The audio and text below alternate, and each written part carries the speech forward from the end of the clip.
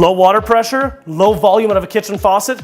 I'm Graham, expert plumber with Urban Piping. Today I'm going to show you how to address these problems with only 3 tools in a bucket. Kind of sounds like a movie title. Well, let's get started. First, we want to check your aerator.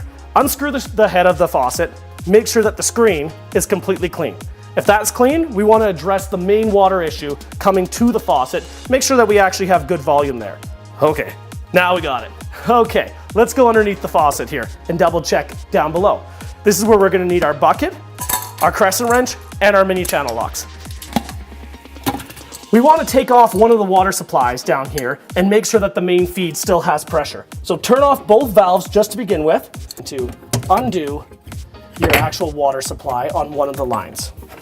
Then we're going to take a hose and attach it on to the water supply. Take a backup wrench, hook it on, your mini crescent wrench, and tighten this guy right on. Then take your little bucket and actually test the water pressure. Woo, that's a lot of pressure coming from the main. I can tell you that it's definitely not a water pressure from there then. So next we're gonna wanna check our cartridge for the actual kitchen faucet.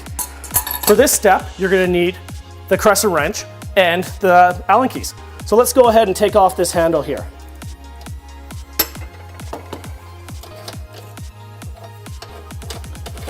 After you have this cartridge out, you're gonna wanna check for debris inside the cartridge and the faucet. Quick moving of your finger in here, we'll see if there's any debris, and then you wanna check the cartridge. Now, if you've gotten to this point and you haven't solved the issue, there could be an underlying issue that you're going to need a professional plumber for. It could be a new hot water tank. You might actually need to change this cartridge.